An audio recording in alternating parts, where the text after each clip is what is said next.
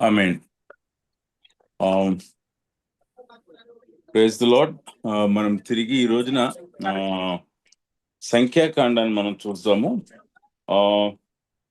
Last time నేను మీకు పండగలు లేవికాండంలో ఉన్న పండగలను మీరు గుర్తించి యేసుప్రభు వారు అటెండ్ అయినటువంటి పండుగలు అది దాన్ని గమనించమని దాన్ని వ్రాయమని మీకుతో చెప్పాను.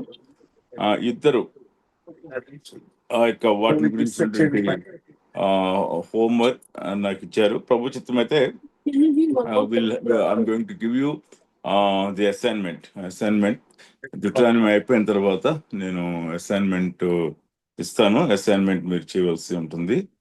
సో అలానే మిడ్ టర్మ్ ఎగ్జామ్ కొరకు కూడా క్వశ్చన్స్ నేను జాన్ కొంచెం గారికి పంపిస్తాను. So will have mid term exam also as per the schedule. ఈ రోజున మనము సంఖ్యాకాండాన్ని మనము చూడబోతూ ఉంటున్నాం. సంఖ్యాకాండం యొక్క మీ యొక్క వీడియోస్ ఆన్ చేసుకోవచ్చు, ఆడియోస్ మ్యూట్ చేయండి. ఆడియోస్ మ్యూట్ చేయండి.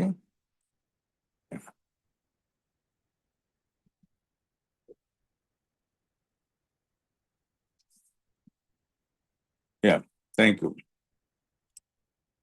సంఖ్యాకాండాన్ని మనము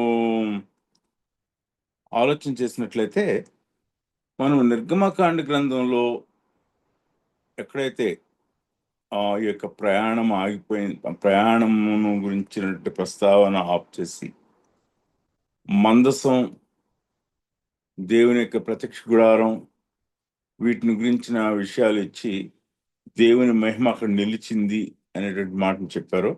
అక్కడ దాన్ని క్లోజ్ చేసినట్లుగా మనం చూస్తుంటాం.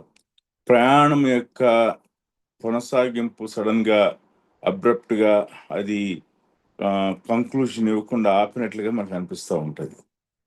మరి ఈ యొక్క ప్రత్యక్షపు గుడారము, దేవుని మహిమ ఆ గుడారంలో నిలిచుండటంతో మనము నిర్గమకాండ గ్రంథాన్ని ముగిస్తూ ఉంటాం. లేవికాండ గ్రంథంలో దేవుడైన యెహోవా ఇశ్రాయేలు ప్రజలకు ఇచ్చినటువంటి ఆ గొప్పదైనటువంటి ఆ యొక్క నిబంధనలు, వారికి ఇచ్చినటువంటి బలి అర్పణలు, తను ఇశ్రాయేలు ప్రజలను పరిశుద్ధపరచడం కొరకు ఆయన ఏర్పాటు చేసినటువంటి ఆ యొక్క నియమాల్ని మనకు చూస్తూ ఉంటాం. అయితే మనము ఇక్కడ నేర్చుకునేటువంటి ఆ యొక్క పాఠం ఏంటంటే దేవుని పనిని మనము దేవుని విధానంలో చేయాలి. దేవుని యొక్క ఆలోచన ప్రకారంగా మనం కొనసాగాలి అనే విషయాన్ని మనం చాలా స్పష్టంగా చూస్తుంటాం. దేవుని అన్యాజ్ఞి, దేవునికి వ్యతిరేకమైనది, దేవుని విధానంలో లేని దాన్ని ఆయన ఖండిస్తాడు, ఆయన దాని విషయంలో డీల్ చేస్తాడనే విషయాన్ని మనం గమనిస్తూ ఉంటాం. ఈ సంఖ్యాకాండ గ్రంథం వచ్చేటప్పటికి ఇశ్రాయేల్ ప్రజలు వాస్తవానికి 11 రోజుల ప్రయాణాన్ని ఆయన ఎలా 40 రోజుల ప్రయాణంగా చేశారో ఇక్కడ మనకి కనిపిస్తూ ఉంటుంది. ఈ యొక్క సంఖ్యాకాండ గ్రంథంలో మనము 38 సంవత్సరాల వారి యొక్క తిరిగాడు వాండరింగ్ ఇజ్రాయలైట్స్ ని మనం చూస్తున్నప్పుడు మనకి కొన్ని విషయాలు చాలా స్పష్టంగా కనిపిస్తూ ఉంటాయి. మరి ఈ యొక్క సంఖ్యాకాండ గ్రంథంలో దేవుని గురించి ఆలోచన చేస్తున్నప్పుడు యెహోవా సన్నిధి ఇశ్రాయేల్ మధ్యలో ఉండటం, యెహోవాస్ ప్రెజెన్స్ ఇన్ ఇజ్రాయెల్, ఆయన వారి పాళెంలో వారి మధ్యన నివసించడాన్ని మనం గమనించవచ్చు. రెండవది యెహోవా క్రమపరిచే విధానం, ఆయన యొక్క క్రమశిక్షణను మనం ఇప్పుడు చూస్తూ ఉంటాం. మూడవదిగా యెహోవా యొక్క పర్పసెస్, ఉద్దేశాల్ని మనము ఈ సంఖ్యాకాండ గ్రంథంలో మనం చూస్తూ ఉంటాం. నాలుగవదిగా ఆయన యొక్క హోలీనెస్, ఆయన పరిశుద్ధతను మనం చూస్తూ ఉంటాం. దేవుని గురించిన 4 విషయాలు మనకు కనిపిస్తూ ఉంటుంది. ఆయన సన్నిధి, ఆయన క్రమశిక్షణ, ఆయన ఉద్దేశాలు, లేక ఆయన సంకల్పాలు, ఆయన యొక్క పరిశుద్ధత. ఈ యొక్క పుస్తకంలో లేవికాండ గ్రంథంలో ఉన్న వాటిని కొన్నిటి మనకు కనబడినప్పుడు కూడా ఈ యొక్క పుస్తకంలో దేవుడు ఎలా వారిని నడిపించుకుంటూ వెళ్ళాడు, వారి జీవితంలో సమగ్రంగా, అంటే ఇశ్రాయేలు యొక్క వాండరింగ్ లైఫ్ అంతటిని కూడా సమగ్రంగా మనకి ప్రజెంట్ చేయటం అనేది మనకి కనిపిస్తూ ఉంటుంది.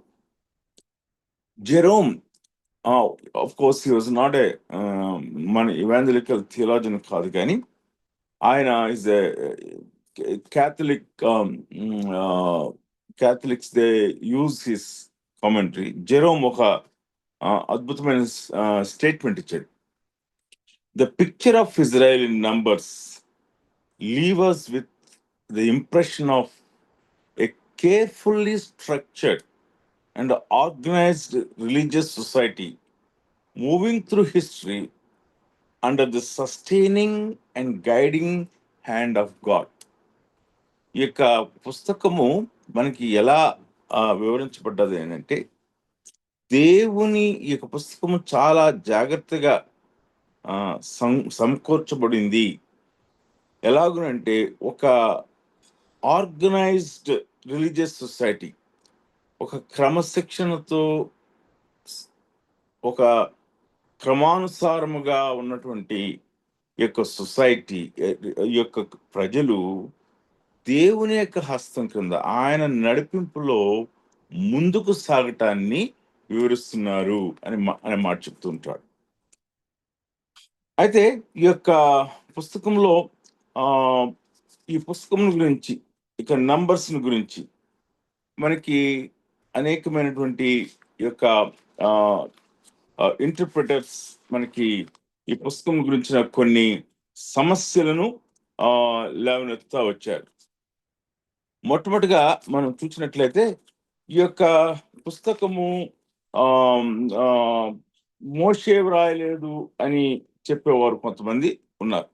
సో మోషే రాయలేదు, ఇది it was written by some other else అనేటువంటి విషయాన్ని మనం చూస్తూ ఉంటాం. సో ఈ యొక్క నంబర్స్ లో మనకి కనపడేటువంటి ఆ యొక్క విషయాన్ని మనం ఒకసారి ఆలోచన చేసినట్లయితే, 80 రుజువులు మనకి ఈ యొక్క పుస్తకంలో కనిపిస్తాయి. ఈ యొక్క నంబర్స్ లో కనిపిస్తాయి. సంఖ్యాకాండంలో 80 evidences are noted to recognize that Lord spoke to Moses in Numbers. దేవుడు మోషేతో మాట్లాడాడు, దేవుడు మోషేను నడిపించాడు అనేటువంటి విషయాన్ని 40 సంగతులను మనము 80 సంగతులను మనము ఈ యొక్క సంఖ్యాకాండ గ్రంథంలో మనం చూడవచ్చు. 11 రోజుల యొక్క ప్రయాణాన్ని 40 రోజులుగా ఆయన మార్చాడు.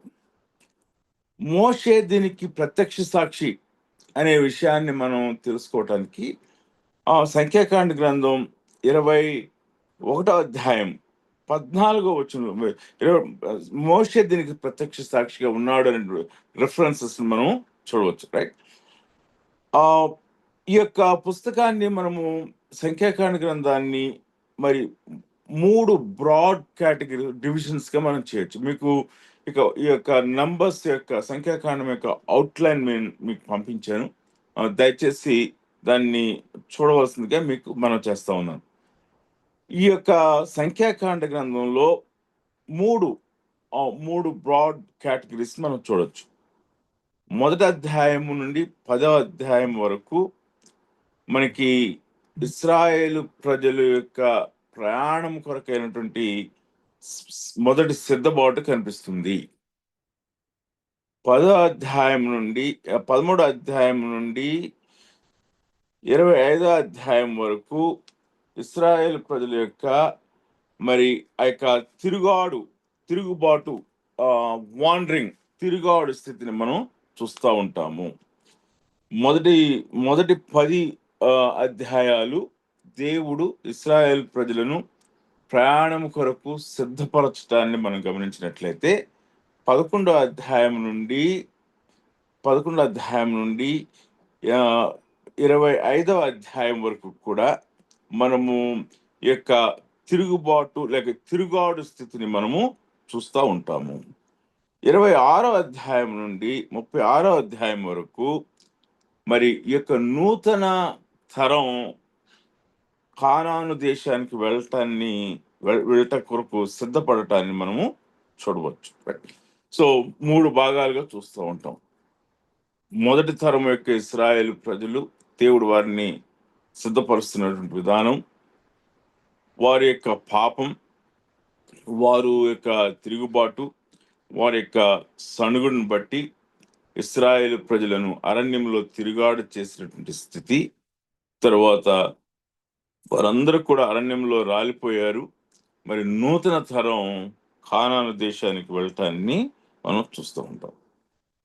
ఇందులో సంగతులను వరుస వెంబడి వరుసగా స్ట్రిక్ట్ లీనియేజ్ లో మరి వ్రాయలేదు, కానీ ప్రాముఖ్యమైన సంఘటనలను ఈ యొక్క పుస్తకంలో ఎత్తి వ్రాయటాన్ని మనం చూడవచ్చు. ఈ సంఖ్యాకాండ గ్రంథంలో ఉన్నటువంటి కీ చాప్టర్ 14 మనం 14వ అధ్యాయాన్ని మనము చూడవచ్చు. వారు 14వ అధ్యాయంలో సణుగుటం గురించిన విషయాలు మనకి కనిపిస్తూ ఉంటాయి. అలానే మరి 20వ అధ్యాయాన్ని కూడా మనము కీ చాప్టర్స్ గా మనం చూడవచ్చు. ఈ సంఖ్యాకాండ గ్రంథంలో దేవుడు చెప్పినటువంటి ఒక ప్రాముఖ్యమైనటువంటి స్టేట్మెంట్, ఆ స్టేట్మెంట్ నేను చదువుతున్నాను. మీరు ఇశ్రాయేలు కన్నుల ఎదుట నా పరిశుద్ధతను సన్మానించినట్లు నన్ను నమ్ముకొనకపోతే కనుక ఈ సమాజమును నేను వారికి ఇచ్చిన దేశంలోనికి మీరు తోడుకొని పోరని చెప్పాను. 20వ అధ్యాయము 12వ వచనం. So the holiness of God, మీరు నా పరిశుద్ధతను సన్మానించినట్లు, you did not honour my holiness in terms of believing in me. దేవుని యొక్క పరిశుద్ధతను సన్మానించుట ఆయన విశ్వాసం ద్వారానే. కాబట్టి నా పరిశుద్ధతను సన్మానించినట్లు నన్ను నమ్ముకొనకపోతే కనుక ఈ సమాజమును నేను వారికి ఇచ్చిన దేశంలోనికి మీరు తోడుకొని పోరని చెప్పాను. సో ఇక్కడ మనము ఈ యొక్క నంబర్స్ లో మనము చూస్తుంటున్నప్పుడు మరి దేవుని యొక్క పరిశుద్ధతను సన్మానించని తరాన్ని మనకి ఇక్కడ కనిపిస్తూ ఉంటుంది.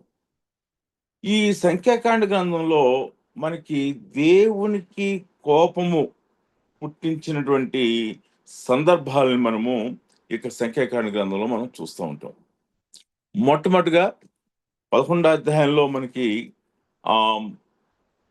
ఇశ్రాయేలు ప్రజలు వారి యొక్క సణుగుడుని గురించిన విషయాన్ని మనం చూస్తాం. రెండవదిగా వారి యొక్క దురాశ గురించిన విషయాలు మనకు కనిపిస్తూ ఉంటాయి. 11వ అధ్యాయంలో మరి ఇశ్రాయేలు ప్రజలు వారు సణిగారు, వారు మాకు యొక్క రుచి పసాలైనటువంటి యొక్క మన్నాను మీరు మాకు ఇస్తున్నారు అనేటువంటి వారి యొక్క సణుగుడు దేవుడు విన్నాడు, వారికి పూరేళ్లను ఇచ్చాడు. కానీ మరి ఆ పూరేళ్ల నుండి మరి వారు పొందినటువంటి నష్టం, దేవుని యొక్క ఉగ్రత వారి మీదకి రావటాన్ని మనం చూస్తూ ఉంటాం. మాంసాపేక్ష కలిగిన వారుగా ఉన్నారు అనే విషయం 11 అధ్యాయంలో చూస్తూ ఉంటాం.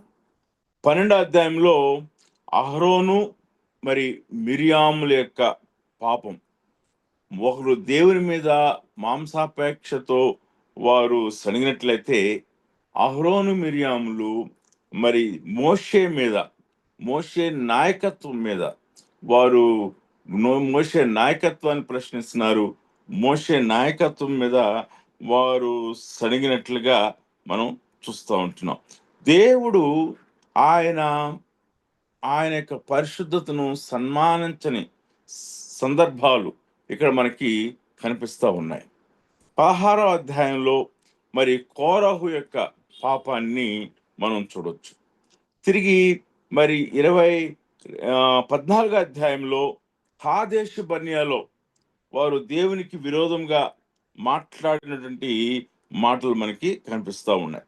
14వ అధ్యాయంలో కాదేశు బర్నియాలు. 13వ అధ్యాయంలో మనం ఏం చూస్తాము అంటే మరి ఆ యొక్క గూఢచారుల గురించిన విషయాలు మనకి కనిపిస్తూ ఉంటాయి. అయితే 10 మంది వారు చెడ్డ సమాచారాన్ని తీసుకొచ్చారు. కేవలము మరి కాలేబు యెహోషువలే వారు చెప్పిన మాటలో వాస్తవం ఉన్నది, కానీ మన దేవుడు మనకి దీన్ని స్వాస్థ్యంగా ఇవ్వబోతున్నాడు అని చెప్పారు.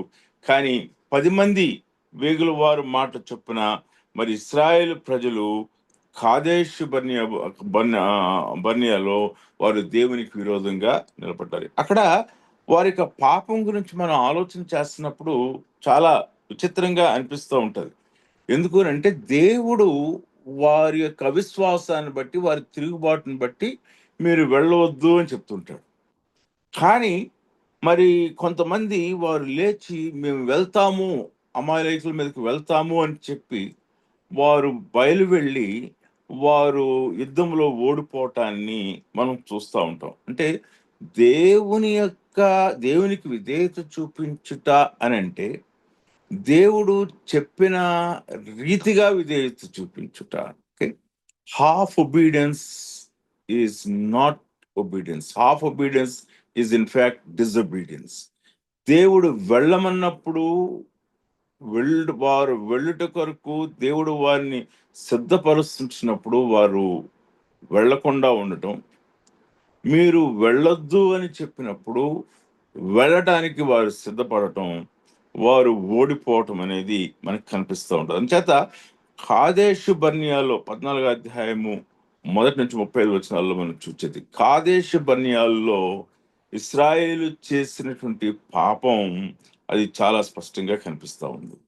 మరి వారు విగ్రహారాధకులు అయ్యారు, వ్యభిచారం చేశారు అనే విషయాన్ని మనము 25వ అధ్యాయంలోనే మనము చూడవచ్చు. మరొక పాపం 22వ అధ్యాయంలో మనకి కనిపిస్తా ఉంది. అది ఇశ్రాయేలీలు బిలాము యొక్క పాపం. ఇశ్రాయేల్ యొక్క పాపము మనము ఈ యొక్క 14వ అధ్యాయంలో మనం చూస్తున్నట్లయితే మరి ఈ యొక్క బిలాము యొక్క పాపము 22, 23 అధ్యాయాల్లో మనకి కనిపిస్తా ఉంది.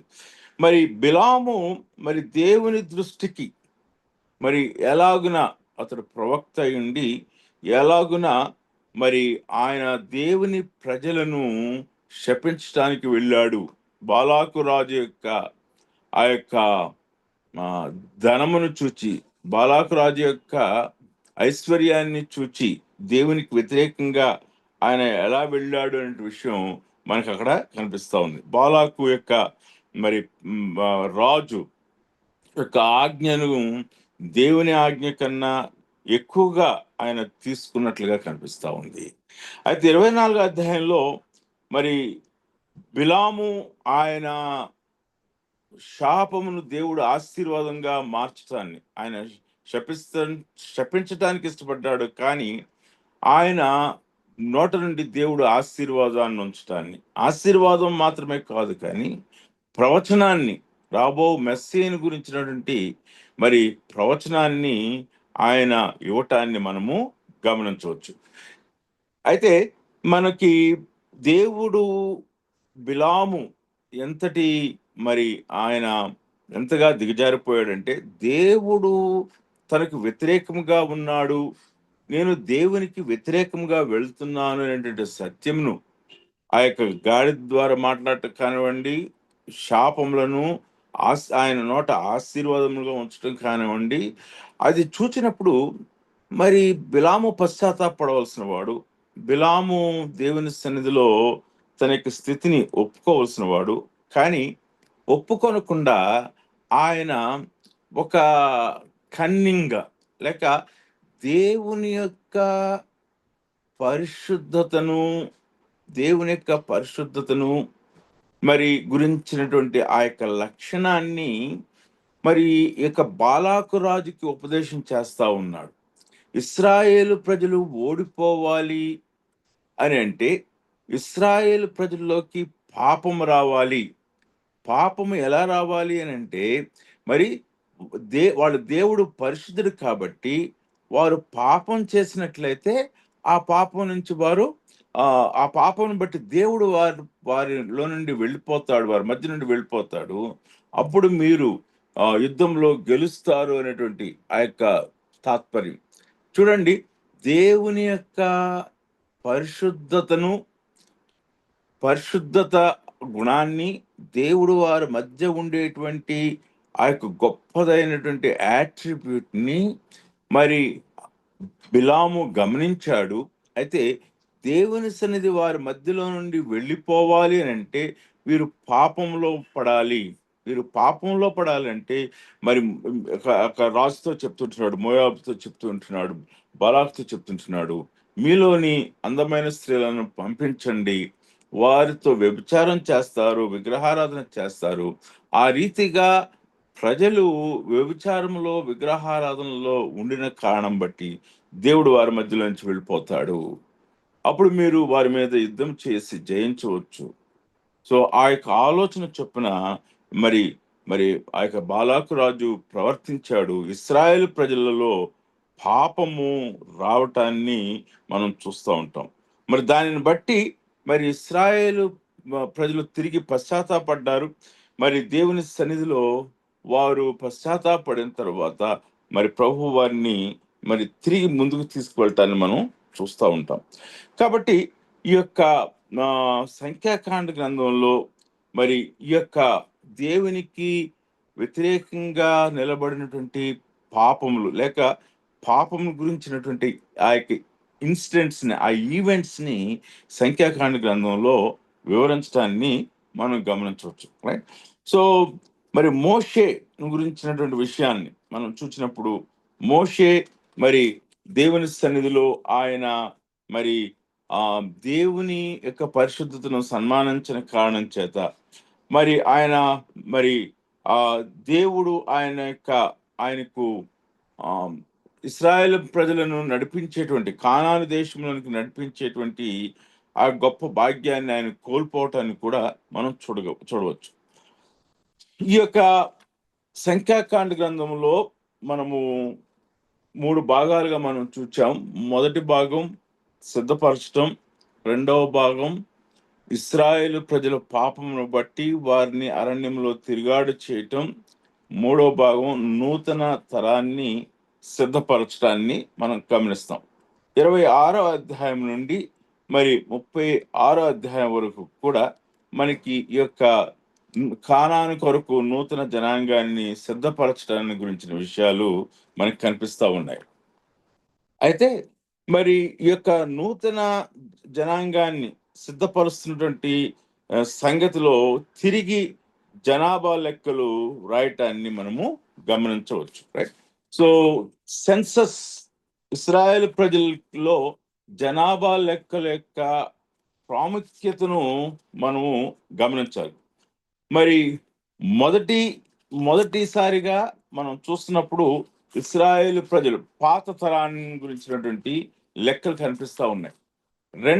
రెండవసారి మనం చూస్తున్నప్పుడు ఈ యొక్క కొత్త తరానికి సంబంధించినటువంటి లెక్కలు మనకి ఇక్కడ కనిపిస్తా ఉన్నాయి. కాబట్టి ఆ యొక్క 2 ప్రాముఖ్యమైన సెన్సస్ మనకి కనిపిస్తూ ఉంటది. మరి 5వ అధ్యాయంలో మనకి గమనించినట్లయితే ఈ యొక్క సెన్సస్ లో మనకి ఆయన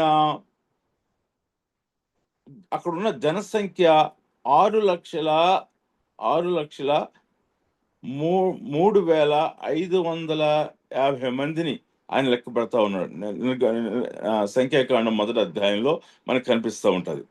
తిరిగి ఈ యొక్క నూతన జనాంగాన్ని ఏర్పాటు చేసినటువంటి సెన్సస్ లో చాప్టర్ 26 లో మనం చూసినట్లయితే 6,01,730 మంది వారి యొక్క సంఖ్య, నూతన తరము వారి యొక్క సంఖ్య తగ్గించబడటాన్ని మనం ఇక్కడ గమనించవచ్చు. ఈ యొక్క సెన్సస్ యొక్క ముఖ్య ఉద్దేశము తగ్గించబడటం కాదు, కానీ ఇశ్రాయేలు ప్రజలు వారి దేవుడు వారిని గుర్తించుటలో, జనాభా సంఖ్య రాస్తున్నప్పుడు ఆయన వారిని గుర్తించుటలోని ప్రాధాన్యతను మనం కూడా గమనించవచ్చు. గోత్రముల వారిగా 12 గోత్రముల వారిగా ఆయన ఏర్పాటు చేయడం, అంటే God is preparing them to to live as a nation. ఆయన వారు దేశముగా నివసించుట కొరకు ఈ గోత్రముల వారి జనాభా లెక్కలను, పాతతరం జనాభా లెక్కలను చూపించాడు. కొత్త తరంలోనికి వారు హానాను దేశానికి వెళ్ళటానికి ముందుగా కొత్త తరాన్ని ఆయన లెక్కించటాన్ని మనం ఇక్కడ గమనించవచ్చు. కాబట్టి ఈ యొక్క సంఖ్యాకాండం గ్రంథంలో ఆ యొక్క గొప్పదైనటువంటి ఆ యొక్క సెన్సస్ అనేది చాలా ప్రాముఖ్యమైనది. So numbers are very important for God అనే విషయం మనకి ఇక్కడ అర్థమవుతా ఉంది. ఈ యొక్క సంఖ్యాకాండ గ్రంథంలోనే మనకి మరి ఒక స్మూత్ ట్రాన్సిషన్, దేవుడు మరి ఎలాగున ఆ యొక్క మోషే నుంచి నాయకత్వాన్ని ఇశ్రాయేలు ప్రజలు మరి యెహోషువకు అప్పగిస్తున్నాడో మరి ఆ విషయాన్ని మనం చూడవచ్చు. కాబట్టి సంఖ్యాకాండ గ్రంథంలో మనము 3 భాగాలుగా చూచాం. పాత తరం యొక్క సిద్ధబాటు గురించిన విషయాన్ని మనం చూస్తూ ఉంటాము. తర్వాత వారి యొక్క తిరుగుబాటు, 38 సంవత్సరాల వారి యొక్క వాండరింగ్ లైఫ్ ని మనం చూస్తూ ఉంటాం. తిరిగి వారు నూతన జనాంగం, కొత్త తరం మరి కానాను దేశం, వాగ్దాన భూమికి వారు తీసుకువెళ్ళబట్టాన్ని గురించిన విషయాలు మనకి ఇక్కడ కనిపిస్తా ఉన్నాయి. రైట్, ఇది సంఖ్యాకాండం గ్రంథం గురించినటువంటి ఒక బ్రీఫ్ అవుట్లైన్ గా మనం చూడవచ్చు. సో డీటెయిల్ అవుట్లైన్ ని మీకు వాట్సాప్ లో ఎనీవే పంపించాను కాబట్టి దయచేసి దాన్ని మీరు గమనించవలసిందిగా మీకు చేస్తా ఉన్నాను. సో తిరిగి నిర్గమకాండ గ్రంథానికి మనం వచ్చినట్లయితే, నిర్గమకాండ గ్రంథం ద్వితీయోపదేశ కాండ గ్రంథానికి మనం వచ్చినట్లయితే, ద్వితీయోపదేశ కాండ గ్రంథం మరి ఈ యొక్క పంచకాండ గ్రంథాలలో మనకి ఒక ప్రాముఖ్యమైనటువంటి రోల్ ప్లే చేయటాన్ని మనము గమనించవచ్చు. మరి ఈ యొక్క గ్రంథం గురించి మనం ఆలోచన చేసినట్లయితే, ఈ గ్రంథానికి ఆయన మరి ఇవ్వబడినటువంటి పేరేంటంటే, ఈ గ్రంథము డ్యూటరానమీ, ఈ యొక్క ద్వితీయోపదేశకాండ గ్రంథం రెండవసారి ఉపదేశం. డ్యూటరానమీ అంటే ద్వితీయ ఉపదేశం అంటే సెకండ్ ఇన్స్ట్రక్షన్, రెండవ దఫాలో ఇవ్వబడినటువంటి ఉపదేశం. ఈ యొక్క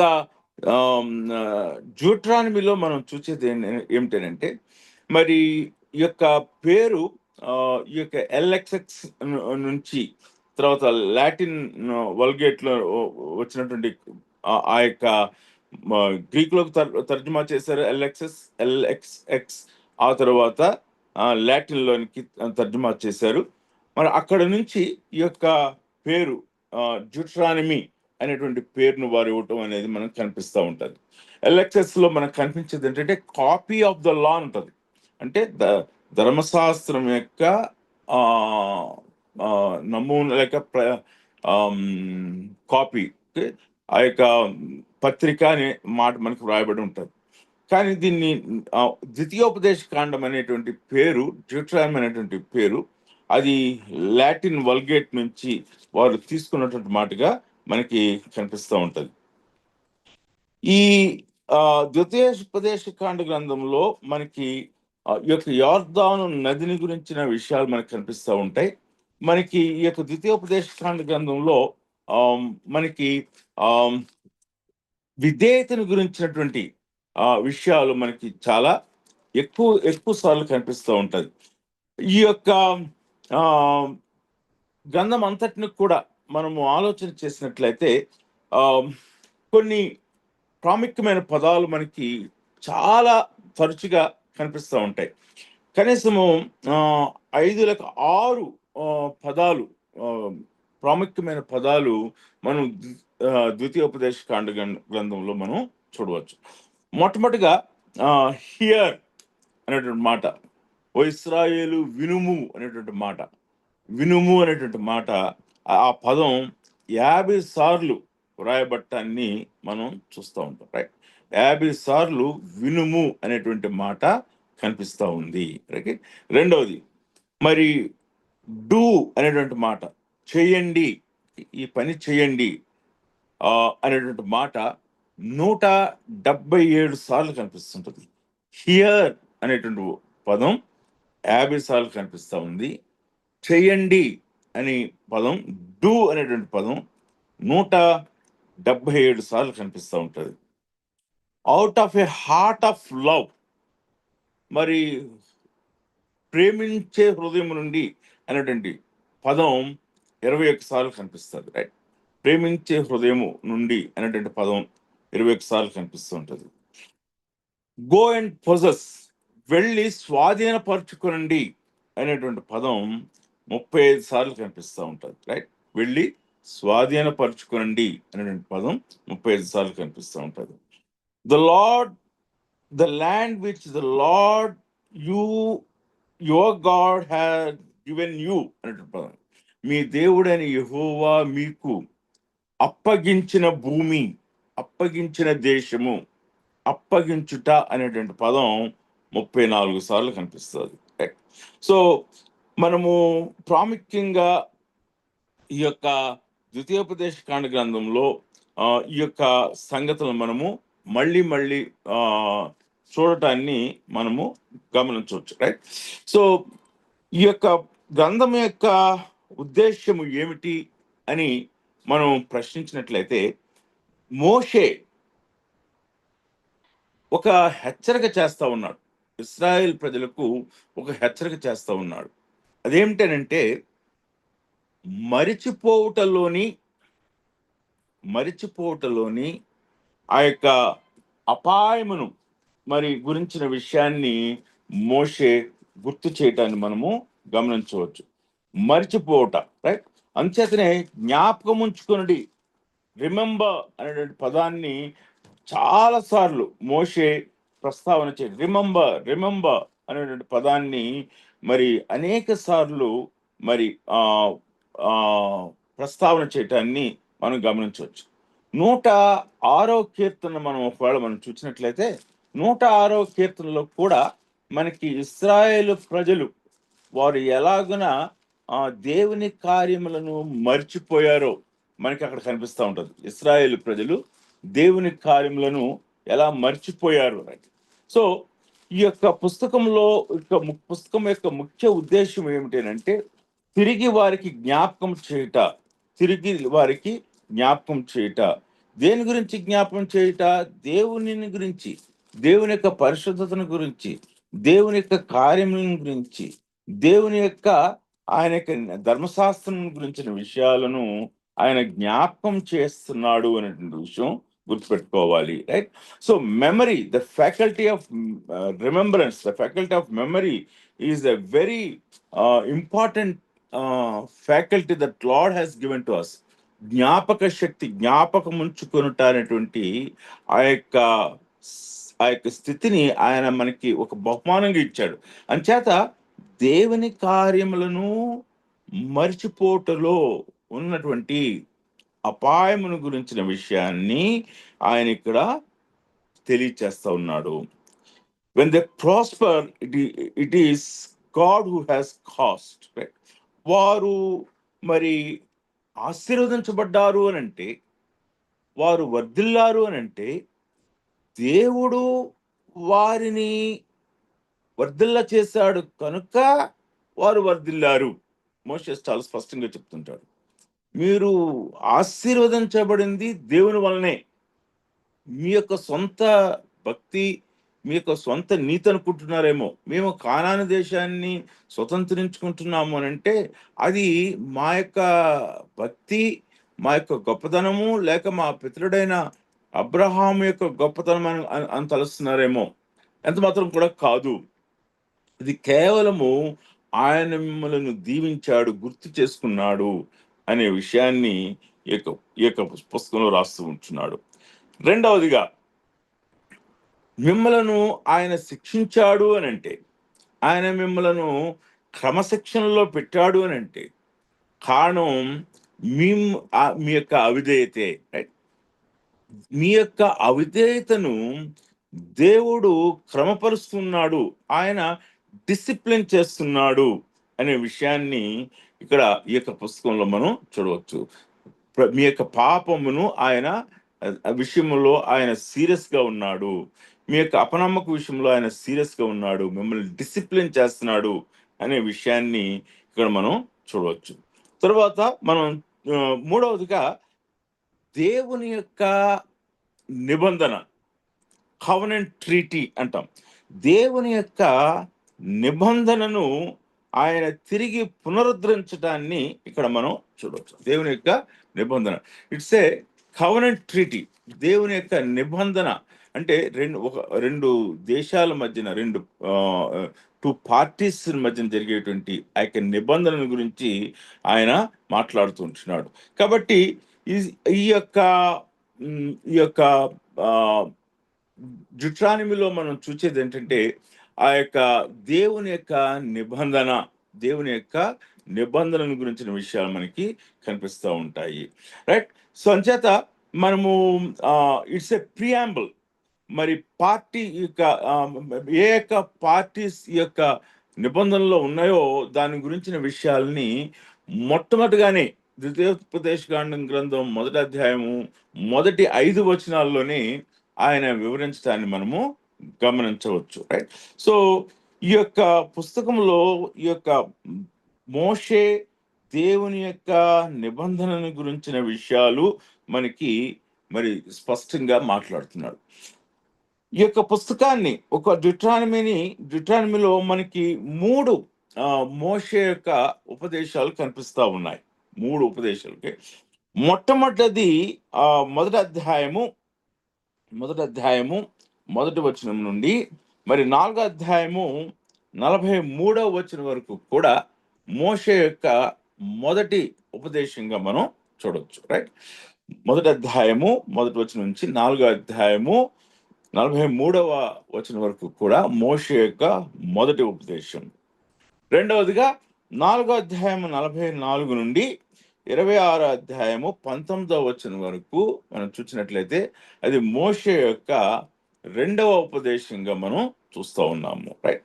సో 27వ అధ్యాయం నుండి 34వ అధ్యాయం వరకు మనం చూసినట్లయితే అది మోషే యొక్క 3వ ఉపదేశంగా మనం చూస్తూ ఉన్నాము.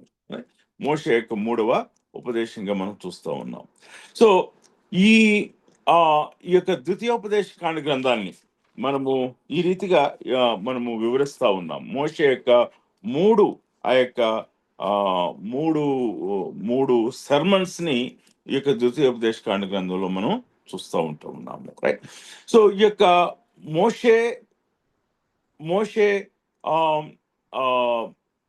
మోషే దేవుని యొక్క ప్రేమను గురించిన విషయాలు, గాడ్స్ లవ్, ఆదికాండ గ్రంథం నుంచి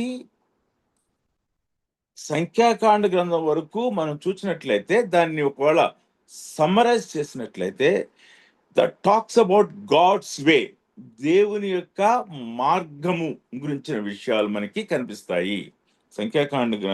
ఆదికాండ గ్రంథం నుంచి సంఖ్యాకాండ గ్రంథం వరకు మనం చూసినట్లయితే అది దేవుని యొక్క మార్గము, గాడ్స్ వే గురించిన విషయాలు మనకి కనిపిస్తూ ఉంటాయి.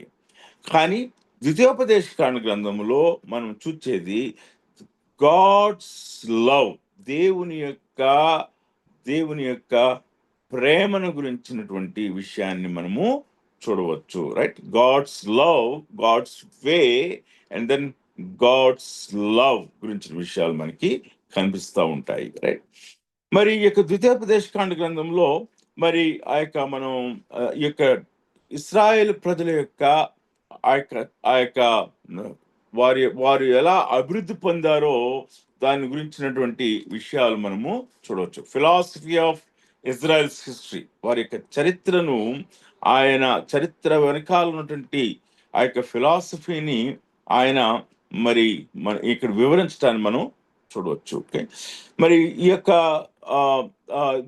డ్యూటరానమీలో ఈ యొక్క దేవుడు మోషే ద్వారా ప్రజలతో మాట్లాడినటువంటి విధానాన్ని మనం ఇందులో మనము చూస్తూ ఉంటాము. రైట్, సో అంచేత ద్వితీయోపదేశకాండ గ్రంథాన్ని మనము ఒక ప్రాముఖ్యమైన గ్రంథంగా మనం చూస్తూ ఉన్నాం. అయితే కొంతమంది క్రిటిక్స్ ఉన్నారు, వారు ఈ యొక్క ద్వితీయోపదేశకాండ గ్రంథాన్ని వారు ఇది లేటర్ డే ఎడిషన్ గా, ఇది మోషే వ్రాయలేదు, ఇది మోషే కాలంలో మొజాయిక్ టైంలో ఇది జరగలేదు, ఈ యొక్క ద్వితీయోపదేశకాండ గ్రంథాన్ని తర్వాత ప్రజలు రాశారు అనే విషయాన్ని కొంతమంది లిబరల్ స్కాలర్స్ వారు ప్రస్తావన చేస్తూ ఉంటారు. మొట్టమొదటిగా వెల్హాసనిజం అంటారు. వెల్హాసన్ అంటే ఆయన ఏమన్నాడు అంటే, ఇది యోషియా కాలంలో జరిగింది, యోషియా కాలంలో ఉన్న రివైవల్ కాలంలో ఈ యొక్క పుస్తకాన్ని వ్రాసాడు, తిరిగి వాటిని సమకూర్చి సంగ్రహపరిచి వ్రాసాడు అని చెప్తూ ఉంటారు. మరికొంతమంది బెర్రీ అనేటువంటి ఆయన, ఇది పోస్ట్ ఎక్సైల్, ఇస్రాయేల్ ప్రజలు చెరలోనికి వెళ్ళి చెర నుండి తిరిగి వస్తున్నటువంటి సమయంలో వ్రాసారు అని చెప్తుంటాడు. కెనెట్ అనేటువంటి ఆయన మరి హగ్గయి లేక జకరియా కాలంలో వ్రాసారు అని చెప్తుంటాడు. మరి ఎడ్వర్డ్ అనేటువంటి ఆయన, వీళ్ళందరూ కూడా స్కాలర్స్, వాళ్ళు టైమింగ్ ఆఫ్ డ్యూటరానమీని వారు మోషే కాలమునకు కాకుండా వేరే కాలానికి వారు ఆపాదిస్తుంటున్నారు. ఒకరు యోషియా కాలం అంటున్నారు, ఇంకొకళ్ళు పోస్ట్ ఎక్సైల్ పీరియడ్ అంటున్నారు, మరి ఈ యొక్క హగ్గై జకరియా కాలం అంటున్నారు. ఎడ్వర్డ్స్ అనేటువంటి ఆయన మనష్షే కాలంలో ఇది వ్రాయబడింది అని చెప్తుంటున్నాడు. మరి ఆ యొక్క ఇంకా కొంతమంది ఆ యొక్క థియోలాజియన్స్, రాబర్ట్సన్ అంటే ఆయన, ఇది ప్రవక్త అయిన సమూయేలు ఆయన సంగ్రహపరిచి ఈ రీతిగా సిస్టమేటిక్ గా మోషే యొక్క 3 ఉపదేశాలు ఇచ్చారు అనేటువంటి విషయాన్ని గురించి మాట్లాడుతున్నారు. అయితే మనము ద్వితీయోపదేశకాండ గ్రంథాన్ని మనము యొక్క ప్లేస్ గురించి మనం ఆలోచన చేసినట్లయితే, ద్వితీయోపదేశకాండము ఖచ్చితంగా మరి మనకి మోషే కాలంలోనే, లేక ఇజ్రాయేల్ ప్రజలు వాగ్దాన దేశానికి వెళ్ళేటువంటి ఆ పీరియడ్ లోనే, మొజాయిక్ పీరియడ్ లోనే దేవుడు ఇశ్రాయేలు ప్రజలను నడిపించినటువంటి విధానం, మోషే ద్వారా మాట్లాడి ప్రజలతో మాట్లాడినటువంటి ఆ కాలంలోనే జరిగింది అని చెప్పడం కొరకు మనము జ్ఞాపం చేసుకోవాల్సింది ఏంటంటే, ఇక్కడ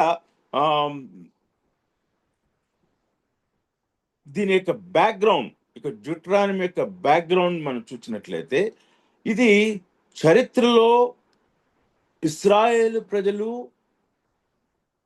కానాను దేశమునకు వెళ్తున్నప్పుడు, మీరు ఐగుప్తును తీసుకుని వెళ్ళవద్దు, మీరు కానానుతో మిళితము కావద్దు, మీరు ఐగుప్తును మీ నుండి తీసుకుని వెళ్ళవద్దు, don't carry the Egypt with you, don't mingle, don't be part of Canaanites, ఇక కానానీయులతో మీరు మిళితము కావద్దు అనేటువంటి విషయాన్ని మరి స్పష్టంగా తెలియజేస్తున్నాడు. దేవుని యొక్క బలిపీఠాన్ని, దేవుని యొక్క మందసాన్ని అపవిత్రం చేయవద్దు, దేవుడు మీ మధ్యన ఉన్నాడు కనుక మీరు ఒక ప్రత్యేకమైన జనాంగంగా ఉండాలి అనేటువంటి ఆ హెచ్చరిక ఆ బ్యాక్గ్రౌండ్ లో నుండి ఇచ్చింది. కాబట్టి ఈ యొక్క పుస్తకము ఖచ్చితంగా మరి మోషే వ్రాసాడు అనే విషయాన్ని మరి ఈ యొక్క ఇవాంజలికల్ ఆర్ బిబ్లికల్ స్కాలర్స్ చెప్పటాన్ని మనం చూస్తూ ఉంటాం. ఇది ఇంకా కూడా మోషే వ్రాసాడు అని చెప్పడానికి ఇంకా గల కారణం ఏంటంటే, మరి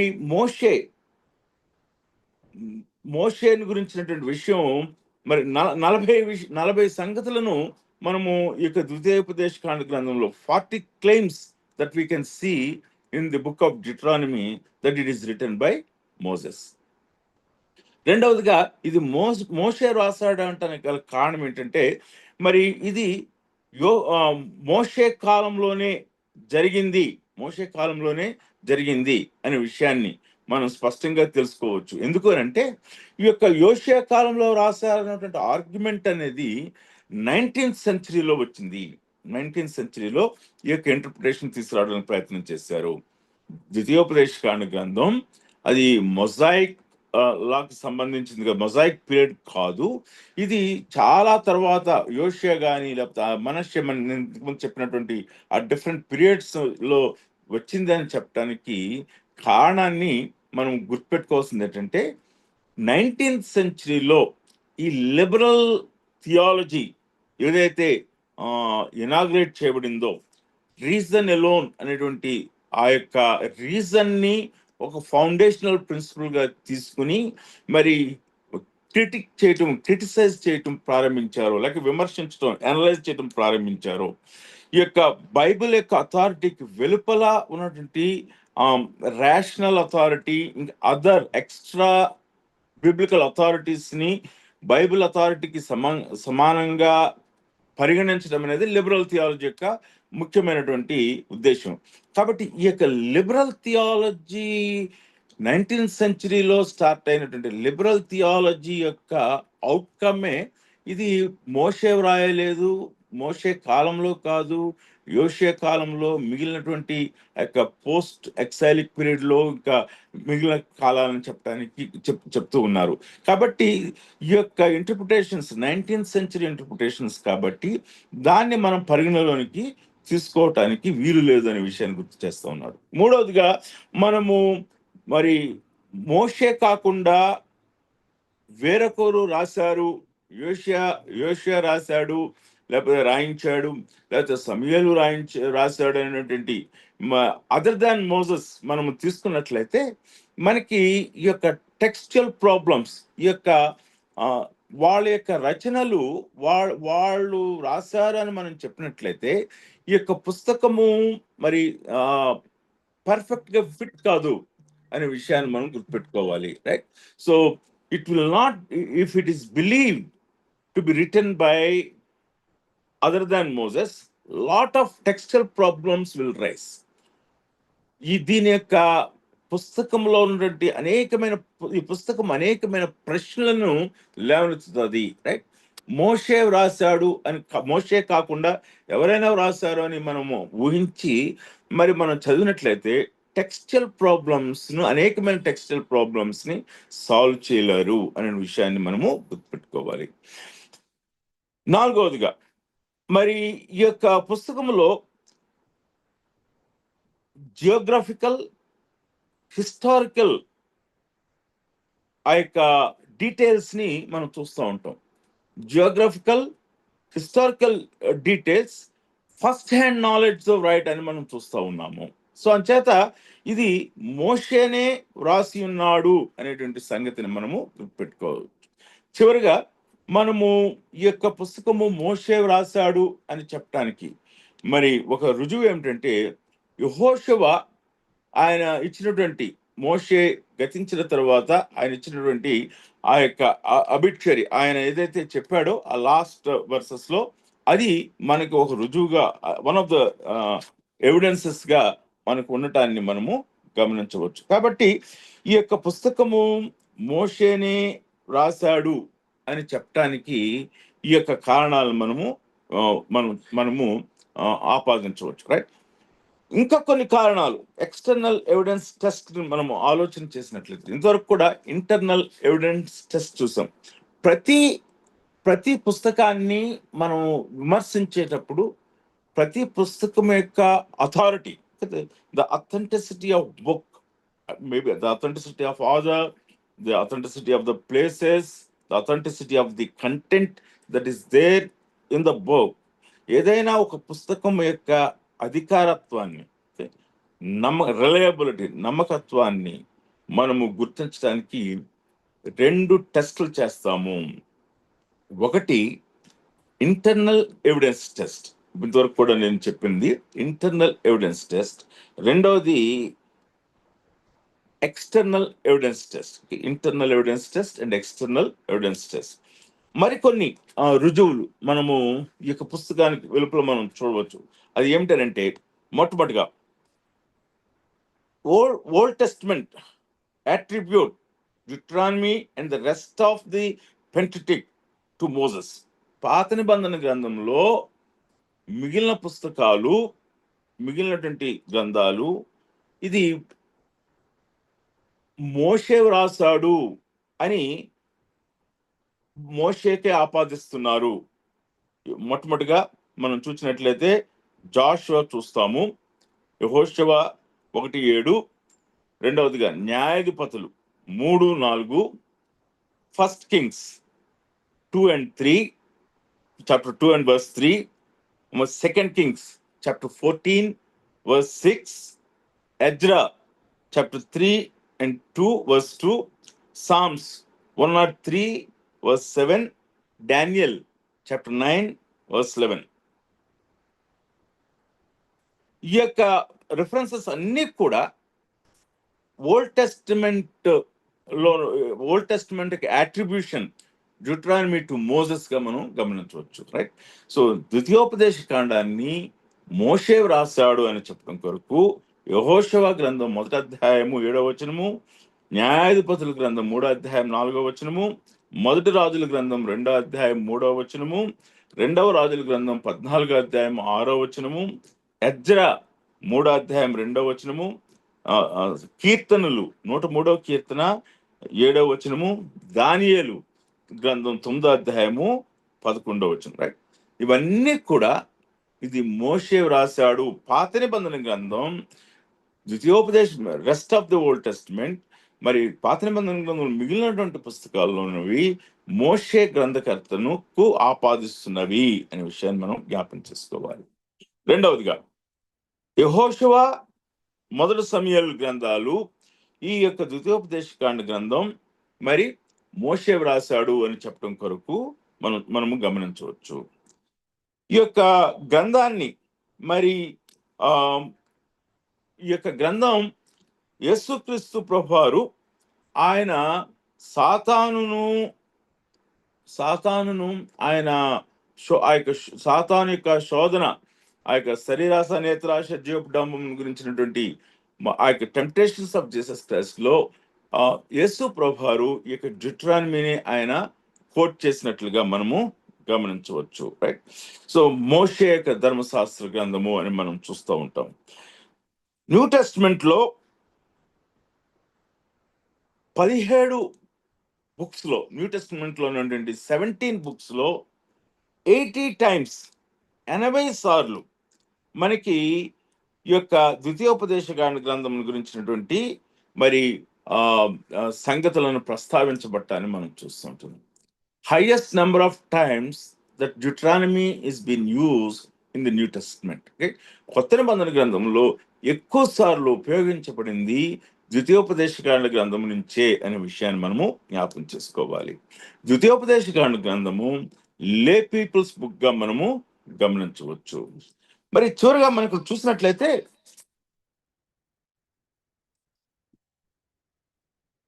మరి యూదులు, సమరయులు, జూయిష్ అండ్ సమారిటన్ ట్రెడిషన్స్, యూదుల యొక్క మరి ఆ యొక్క ఆచారంలో, నమ్మకంలో, అలానే సమరయుల యొక్క నమ్మకంలో ఇది మోషే వ్రాసాడు అనే విషయాన్ని వారు ప్రస్తావించటాన్ని, వారు నమ్మటాన్ని మనము జ్ఞాపకం చేసుకోవాలి, రైట్? సంచేత ఈ యొక్క పుస్తకము మోషే వ్రాసాడు అనే విషయాన్ని మనము గుర్తుపెట్టుకుంటూ ఉన్నాము, రైట్? సో ఈ యొక్క బుక్ యొక్క అవుట్లైన్ ని మీకు నేను పంపిస్తాను. You can take that outline. చాలా క్లుప్తంగా మనం చూసినట్లయితే ఈ యొక్క పుస్తకం యొక్క అవుట్లైన్ మీకు డెనిస్ మాక్ దగ్గర నుంచి పంపిస్తాను. అలానే హ్యారిసన్స్ ఏదైతే నేను ఉపయోగిస్తుంటున్నానో హ్యారిసన్స్ దాని దగ్గర నుంచి కూడా నేను మీకు పంపిస్తాను, రైట్? సో ఈ యొక్క పుస్తకం యొక్క అవుట్లైన్ ని మనము మీరు దయచేసి ఫాలో అవ్వండి. ఫాలో అయిన తర్వాత మనము తిరిగి దీని గురించిన మరికొన్ని విషయాలు మనము ఇందులో నుంచి మనము చూస్తాము, రైట్? సో ఇక్కడతో మనకి ద్వితీయోపదేశకాండ గ్రంథం almost is finished, right? We're done with Genesis. ఆదికాండ గ్రంథాన్ని చూచాము, నిర్గమకాండ గ్రంథాన్ని చూచాము, లేవికాండ గ్రంథాన్ని చూచాము, సంఖ్యాకాండ గ్రంథాన్ని చూచాము, ద్వితీయోపదేశకాండ గ్రంథాన్ని చూచాము. పంచకాండముల యొక్క ఓవర్ వ్యూ, వాటి యొక్క బ్యాక్గ్రౌండ్ మనం చూచాం, రైట్? సో రేపొద్దున మనకి ఇవ్వబోయేటువంటి ఆ యొక్క టెస్ట్ టిల్ జాషువా, యెహోషువ గ్రంథం వరకు కూడా మరి మీకు సిలబస్ లో ఇంక్లూడ్ చేయబడుతుంది. యెహోషువ గ్రంథం వరకు కూడా మీరు ఆ యొక్క ఎగ్జామ్స్ కొరకు ప్రిపేర్ కావాల్సింది. నేను మీకు అసైన్మెంట్స్ మీకు నేను వాట్సాప్ లో పంపిస్తాను, మీరు ఫాలో అవ్వాల్సిందిగా మనం చేస్తా ఉన్నాను, రైట్? హోంవర్క్ ఓన్లీ ఇద్దరు చేశారు, ఇద్దరు పంపించారు. లేవికాండ గ్రంథంలోని పండుగలు, కొత్త నిబంధన గ్రంథంలో యేసు ప్రభువారు ఆయన ఆచరించిన పండుగలను కంపేర్ చేయమని చెప్పాను, right? So you have to explore. కొత్త నిబంధన గ్రంథంలో మీరు ఒకసారి చదవాలి. చదివిన తర్వాత ప్రాముఖ్యంగా 4 సువార్తలను చదివి యేసు ప్రభువారు ఏ పండుగల్లో ఆయన పాల్గొన్నారు అనే విషయాన్ని రాయాలి, రైట్? మీ యొక్క పర్సనల్ స్టడీస్ కొరకు ఆ పండగల్లో యేసు ప్రభువారు చేసినటువంటి ఉపదేశము ఏమిటో కూడా మీరు చూడాలి, రైట్? క్రిస్మస్ రోజున మనము ద బర్త్ ఆఫ్ క్రైస్ట్ గురించిన విషయాలు మనం మాట్లాడతాం, రైట్? గుడ్ ఫ్రైడే రోజున ద క్రూసిఫిక్షన్ ఆఫ్ క్రైస్ట్ గురించి మాట్లాడతాము. ఈస్టర్ రోజున ద రిజరక్షన్ ఆఫ్ క్రైస్ట్ గురించిన విషయాలు మనం మాట్లాడతాము, right? So we preach a message depending on the context of the festival. ఆ పండగ యొక్క సందర్భానుసారముగా మనము ప్రసంగం చేస్తాము, రైట్? ఎవరు కూడా గుడ్ ఫ్రైడే రోజున క్రిస్మస్ మెసేజ్ ఇవ్వరు. అలానే యేసుక్రీస్తు ప్రభువారు ఆ యొక్క పండగల యొక్క కాంటెక్స్ట్ లో ఆయన ఏమి ఉపదేశించారు అనే తలంపును మనం మనసులో పెట్టుకుని మనం చదివినట్లయితే మొట్టమొదటిగా లేవికాండ గ్రంథంలోని పండగలను మనం గుర్తిస్తాము. రెండవదిగా కొత్త నిబంధన గ్రంథంలో వాటి యొక్క 4 సువార్తల్లో వాటి యొక్క ప్రస్తావనను మనం చూస్తాము. మూడవదిగా యేసు ప్రభువారు ఆ పండగలో చేసినటువంటి ఉపదేశాన్ని మనం చూస్తాము. ఎప్పుడైతే ఇది చూస్తామో పండగల్లో యేసు ప్రభువారు ఎలా ఫుల్ఫిల్ చేశారు, పండుగల్లో ఆయనే ఆ సెర్మోనియల్ లా అనేటువంటిది ఎలాగ యేసు ప్రభువారు ఫుల్ఫిల్ అయిందో మనము గమనించవచ్చు, right? That becomes a refutation for the some of the cultics like Jehovah's seventh day Adventist. Okay, so వారికి మనము చక్కని సమాధానం ఇవ్వడానికి అవకాశం ఉంటుంది, రైట్? సో ఇక్కడితో మనం క్లాస్ ముగించుకుందామండి. మీకు ఏమైనా క్వశ్చన్స్ ఉన్నట్లయితే దయచేసి లేవనెత్తండి, లేనట్లయితే మనము ముగించుకుందాం. You are free to even ask questions on WhatsApp also. మీరు ఒకవేళ వాట్సాప్ లో మీరు ప్రశ్నలు అడిగినట్లయితే నేను సమాధానం చెప్తాను.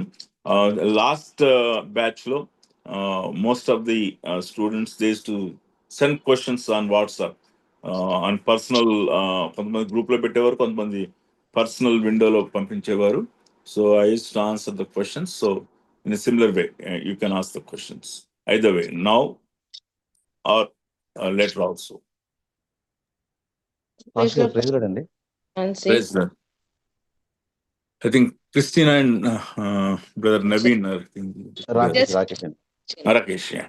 So whatever the homework is, can you just send in the WhatsApp in English, please?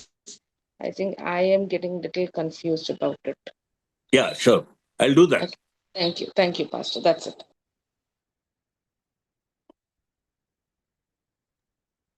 Pastor గారు ప్రైజ్ లార్డ్ అండి. Praise Lord brother. పాస్టర్ గారు ఇప్పుడు మనకు నిర్గమకాండం అలాగే ద్వితీయోపదేశ కాండం సిమిలర్ గా ఉంటాయి కదా. ఉమ్. సో ఆ రెండింటిని కూడా మోషే రాశాడు కదా, అంటే రెండోసారి రాయవలసిన అవసరం ఏమొచ్చిందని దాన్నే వాళ్ళకి ఇవ్వచ్చు కదా.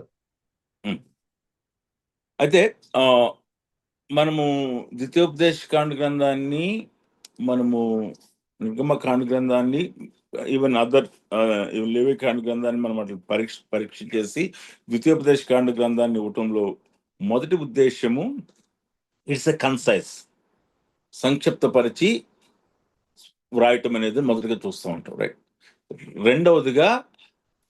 రెండవదిగా ఇది కొత్త తరానికి, రైట్, ద న్యూ జనరేషన్కి మళ్ళీ ఫ్రెష్గా రాసి ఇవ్వటాన్ని మనం గమనించవచ్చు. So it address to the new generation అనే విషయం మనము గుర్తుపెట్టుకోవాలి.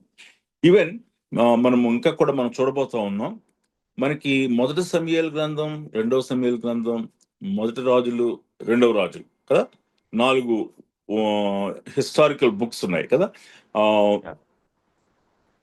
మరి తిరిగి మొదటి దినవృత్తాంతం, రెండవ దినవృత్తాంత గ్రంథాలు రాయబడ్డాయి కదా. సో అవును pastor. similar accounts are being again mentioned in those 2 books, 1 Chronicle and 2 Chronicle. Why do they need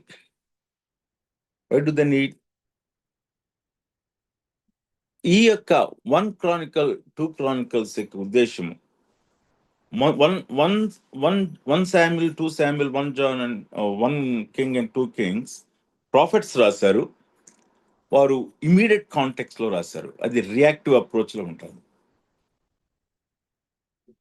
1 Chronicle 2 Chronicles priests రాశారు, యాజకులు రాశారు, అది రిఫ్లెక్టివ్ కాంటెక్స్ట్ లో ఉంటుంది. Okay, reactive and reflective, right. So reflective అంటే ఆలోచన చేసి ఉద్దేశపూర్వకంగా దానికి ఇంటర్ప్రిటేషన్ చేసి ఇవ్వటాన్ని రిఫ్లెక్ట్ చేసుకుని వారు రాసి ఇచ్చారు. ఎవరి కొరకు ఇచ్చారు? మొదటి 4 చరిత్ర గ్రంథాలు ఆ కాలపు ప్రజలు వారికి ఇమీడియట్ కాంటెక్స్ట్ ఉన్నట్లయితే 1 Chronicle 2 Chronicles పోస్ట్ ఎక్సైల్ యొక్క చెరలో ఒక కొత్త తరం వచ్చింది, బబులోను చెరలో కొత్త తరం వచ్చింది. వారు తిరిగి ఇజ్రాయెల్ దేశానికి వారు వెళ్ళబోతూ ఉన్నారు 70 సంవత్సరాలు ఆ యొక్క అది ఫుల్ఫిల్ అయినప్పుడు. కాబట్టి వారి దేశం గురించి తెలియని ప్రజలకు టీచ్ చేయటాన్ని మనం అక్కడ చూస్తూ ఉన్నాం. అలానే ఈ యొక్క పంచకాండముల గ్రంథం యొక్క ఆ యొక్క సారాంశం, మొదటి 4 పుస్తకాల యొక్క సారాంశాన్ని ఆయన తిరిగి ఉపదేశిస్తూ ఆ యొక్క ట్రీటీని ఈ కొత్త తరానికి ఇవ్వటాన్ని మనం గమనించాలి.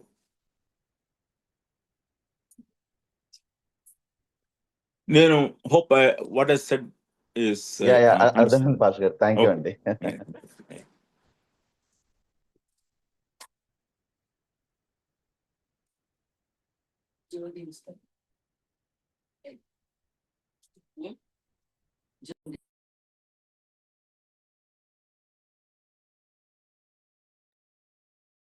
ఇంకేమైనా క్వశ్చన్స్ ఉన్నాయండి?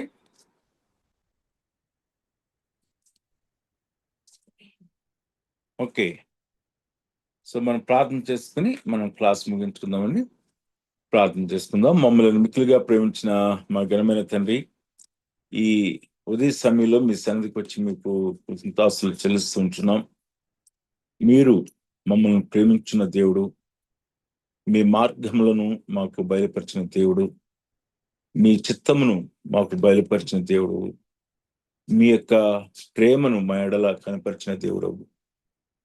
చరిత్రలో మీరు మా కొరకు మిమ్మల్ని గూర్చి మీరు ప్రత్యక్షపరుచుకుని మీ యొక్క గుణములను మా ముందు మీరు బయలుపరిచిన విధానం, ప్రజల జీవితాల్లో దాన్ని మీరు డెమాన్స్ట్రేట్ చేసినటువంటి విధానం అంతటిని బట్టి కూడా మీకు కృతజ్ఞతాస్తులు చెల్లిస్తుంటున్నాం. మీ సన్నిధిలో సాగిలపడి మిమ్మల్ని ఆరాధిస్తుంటున్నాం. మీరు మా కొరకు రాసించిన ఈ పంచకాండ గ్రంథాలను బట్టి మీకు వందనాలు. వీటిని మేము లోతుగా ధ్యానం చేయటానికి మరింత కృపను మాకు అనుగ్రహించమని అడుగుతున్నాం. మా యొక్క ఆరాధన మరింత శ్రేష్టమైనది గాను, మరింత భావయుక్తమైనది గాను, ప్రభా మరింత ప్రభా హృదయాంతరంగం నుండి వచ్చేటువంటి వర్షిప్ గా ఉండటానికి మా యొక్క మనోనేత్రములను తెరిచి ఈ గ్రంథంలోను మాకు ఆశీర్వాదకరంగా ఉంచమని అడుగుచున్నాం. ఇది కేవలము అకాడమిక్ పర్పసెస్ కొరకు మాత్రమే కాకుండా ప్రభా మా యొక్క స్పిరిచువల్ లైఫ్ లో, మా యొక్క నడకలో ప్రభా నేను మా యొక్క వాక్ విత్ క్రైస్ట్, క్రీస్తుతో నడిచేటువంటి యొక్క మా యొక్క ఆత్మీయ జీవితంలో ఇది మమ్మల్ని స్వస్థపరిచేదిగా ఉంచమని మీ సందులో ప్రార్థిస్తున్నాం. మమ్మల్ని తగ్గించుకుంటూ మీ నామానికి ఇచ్చిస్తూ యేసు నామములో ప్రార్థిస్తున్నాం తండ్రి. ఆమేన్. ప్రైజ్ లార్డ్ అండి. అందరికి కూడా వందనాలు. మనము నెక్స్ట్ క్లాస్ లో కలుస్తాం. Praise Lord. Thank you. Thank you pastor గారు.